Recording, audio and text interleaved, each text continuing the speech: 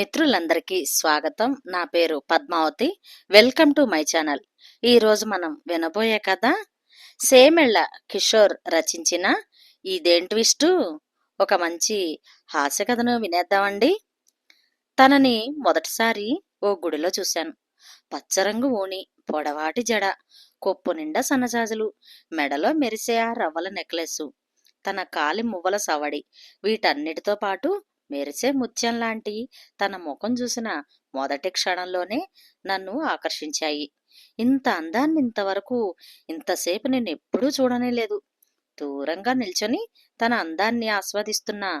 ఎంత తిప్పుకున్నా తన కళ్ళు అయస్కాంతంలా నన్ను లాగేస్తున్నాయి. మాట్లాడాలన్న ఆశ లోపల పరిగెడుతూ ఉంది. ఏమనుకుంటుందోనన్న భయం కూడా ఒకవైపు. మనసుకి కాస్త నచ్చజెప్పాలని పరిగెత్తుకుంటూ ఒక చోటకి చేరాను. తొందరపడకు ఓ మనసా, ఇంకాస్త సమయాన్నివ్వు. తన అందం అపురూప దర్శనం. తన నవ్వే మనకో వరం లాంటిది. తొందరపడి నలుగురిలో నవ్వుల పాలవ్వడం మనకవసరమా? నువ్వే చెప్పు అంటూ నా బుజ్జి మనసుకు అర్థమయ్యేలా బుజ్జగించాను. కాసేపటికి కుదుటపడింది నా మనసు. మళ్ళీ వెనక్కి వెళ్ళాను. ఆ అందాల దేవత కనిపించలేదు. మొత్తం వెతికాను. కాని అప్పటికే తను వెళ్ళిపోయిందనుకుంటా. చాలా బాధపడ్డాను. మళ్ళీ ఎప్పుడు కనిపిస్తుందో తన రూపం అనుకొని బయలుదేరాను. ఎన్ని రోజులైనా తన అందం నా కళ్ళెదుట అలాగే నిలిచిపోయింది. ఎక్కడ మువ్వల సవ్వడి వినిపించినా తనేనేమో అనుకునేవాణ్ణి. పొడవాటి జుట్టు కనిపిస్తే ఆగిపోయేవాణ్ణి. తానో కాదో చూసేవాణ్ణి. కలలో కూడా తన రూపమే నన్ను తన మాయలో పడేసింది పూర్తిగా. కొన్నాళ్లకు అన్నయ్య పెళ్లి సందడిలో ఉన్నారు అందరూ. నేను కూడా స్నేహితులతో, వచ్చిపోయే చుట్టాలతో ముచ్చట్లు పెట్టుకుంటున్నా. ఇంతలో ఫోటో కోసం స్టేజి పైకి రమ్మన్నారు నాన్నగారు. ఇప్పుడే వస్తా అని చెప్పి స్టేజ్ ఎక్కాను. నాన్నగారు భుజం పైన చేయి వేసి నిల్చున్న ఫోటో కోసం కెమెరామెన్ స్మైల్ ప్లీజ్ అని చెప్పాడు. ఇంతలో ఎదురుగా ఏ చూపు అయితే నన్ను గుడిలో పలకరించిందో అదే అందం ఎదురుగా దేవత మళ్ళీ కరుణించింది.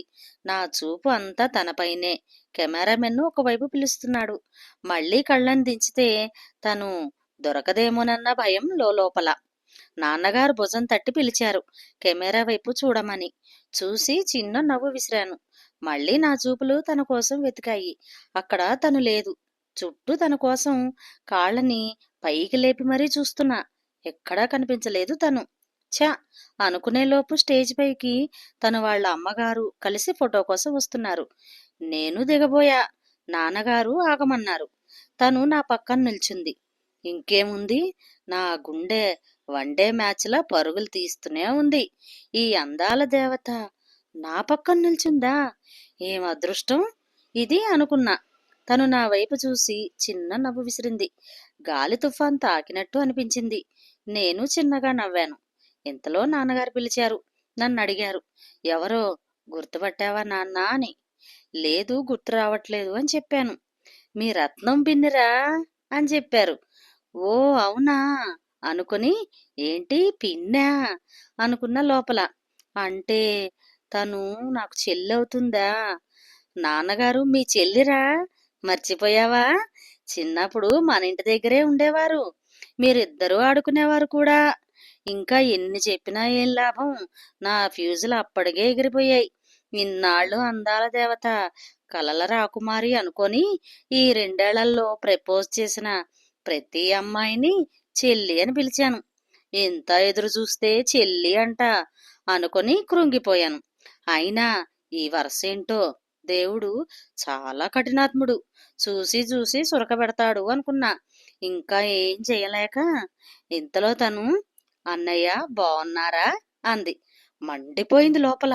ఛీ నా బ్రతుకు అనుకున్నాను. ఇంకా ఎంత కష్టంగా ఉన్నా చెల్లి అని పిలవాల్సి వచ్చింది. జన్మలో ఇంకా అందాన్ని ఆస్వాదించకూడదు, కలలు కూడా మానేస్తా అనుకుని నిశ్చయించుకున్నాను ఆ రోజు నుంచి. కొన్ని కలలు నిజమైతే ఎంత బాగుంటాయో, అవే కలలు కూడా తేడా కొడితే ఇలాగే ఉంటుంది మరి. ఎలా ఉందండి ఈ కథ? కనుక మీకు నచ్చినట్లయితే షేర్ చేసి, లైక్ చేసి, కామెంట్ చేసి నన్ను ఎంకరేజ్ చేయండి. మరొక మంచి కథలో మళ్ళీ కలుస్తాను. Thank you. నమస్తే.